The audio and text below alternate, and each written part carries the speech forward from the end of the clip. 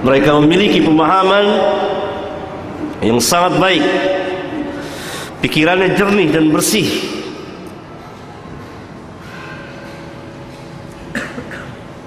Ya? Maka mereka pun tidak mampu. Allah Subhanahu wa ta'ala bangkitkan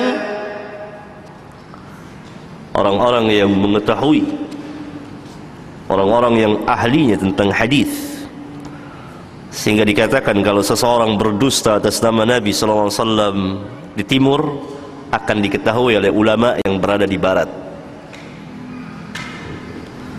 Tidak seorang pun juga memasukkan sesuatu atas nama Nabi yang mulia SAW, pasti akan diketahui.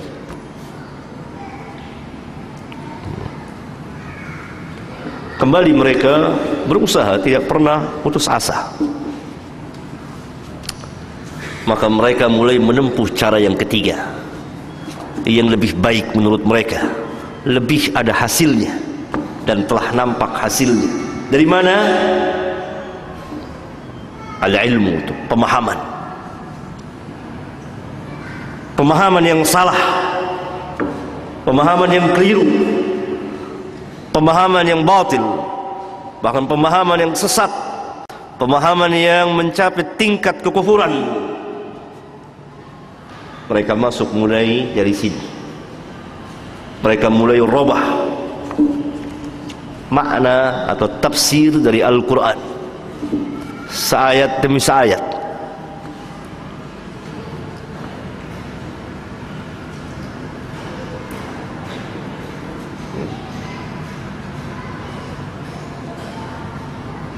Demikian juga mereka mengajak atau memasukkan sebuah manhaj, sebuah madhab yang kalau diikuti maka pemahaman kita terhadap Al-Quranul Karim dan Sunnah akan menyimpang, bengkok, tidak lurus.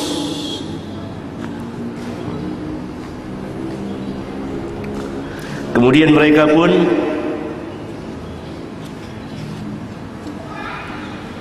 mulai mengadakan pencelaan demi pencelaan terhadap manusia yang paling dekat kepada Nabi yang mulia sallallahu alaihi wasallam, yaitu para sahabat ridwanullah alaihim jami'an.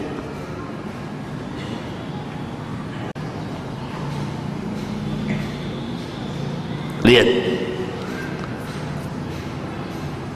pemahamannya disalahkan, salah dalam memahami Al-Quran dan Sunnah.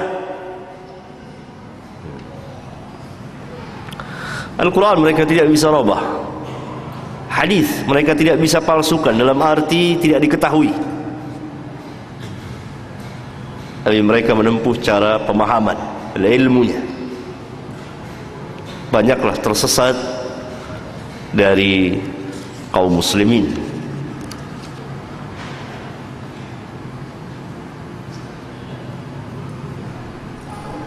Pemahaman yang salah, pemahaman yang keliru, bahkan sampai kepada tingkat kesesatan dan kekufuran.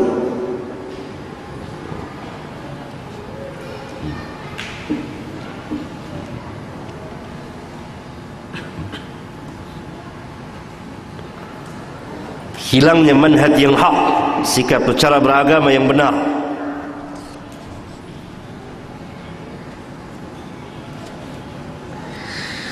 Orang-orang Yahudi, Ahlul Kitab pada zaman dahulu,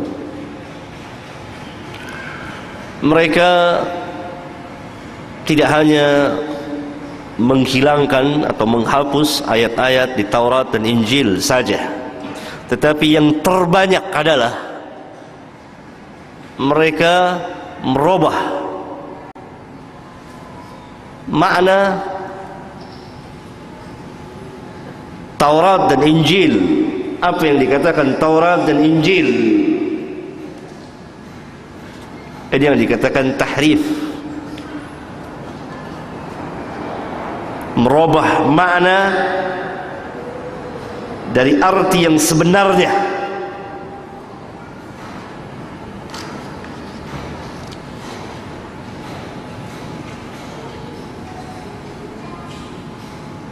Saya berikan contoh yang ada pada zaman kita pada hari ini tentang sebuah penafsiran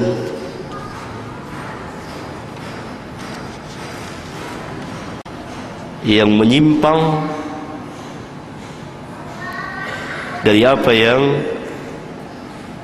dimaksud oleh Al-Quran. Seperti firman Allah Subhanahu wa taala, "Inna ad-dina 'inda Allahi al-Islam." Sesungguhnya agama yang sah di sisi Allah hanyalah agama Islam. Al-Islam adalah din, merupakan agama yang Allah turunkan kepada setiap nabi dan rasul, yang kemudian ditutup dan diakhiri dengan kenabian dan kerasulan Muhammad alaihi wassalatu wassalam, yang membawa Islam yang kafah, syariat yang kamil, yang lengkap, dan beliau diutus untuk seluruh umat manusia.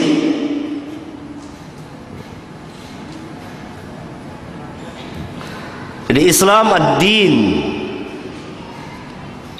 Apakah orang-orang zindik akan menghapus ayat yang mulia ini, menghilangkan? Tidak mampu, khususnya pada zaman sekarang. Jadi mereka menempuh cara tafsir makna, penyimpangan terhadap makna atau maksud.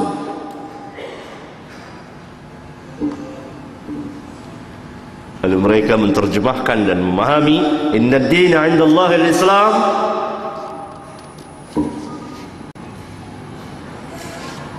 bukan dengan arti atau makna yang sebenarnya.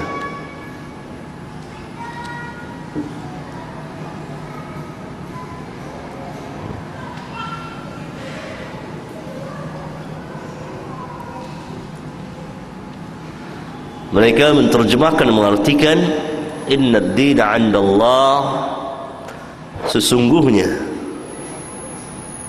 agama yang diterima di sisi Allah, Al-Islam, adalah agama yang mempasrahkan dirinya kepada Tuhan, kepada Allah. Yani Al-Islam mereka tidak jadikan sebagai din, tetapi sebagai sifat yang ada pada setiap orang yang beriman, yang percaya adanya Tuhan, yang mempasrahkan dirinya kepada Tuhan.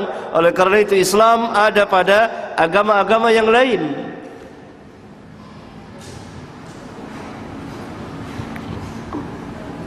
Ini mazhab batiniyah.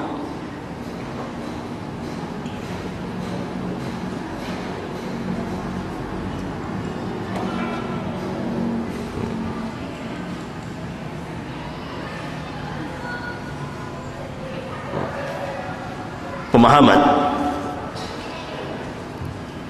mereka buat asas ini, kaidah mereka yang besar, membuat kerusakan di tengah-tengah kaum muslimin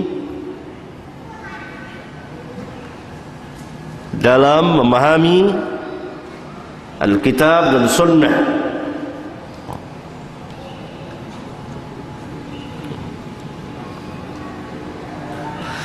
Agar kaum muslimin tidak mengikuti pemahaman as-sabiqun al-awwalun minal muhajirin wal ansar,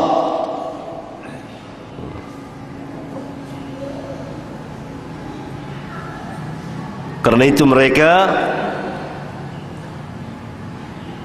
membuat lagi kaidah celaan terhadap para sahabat.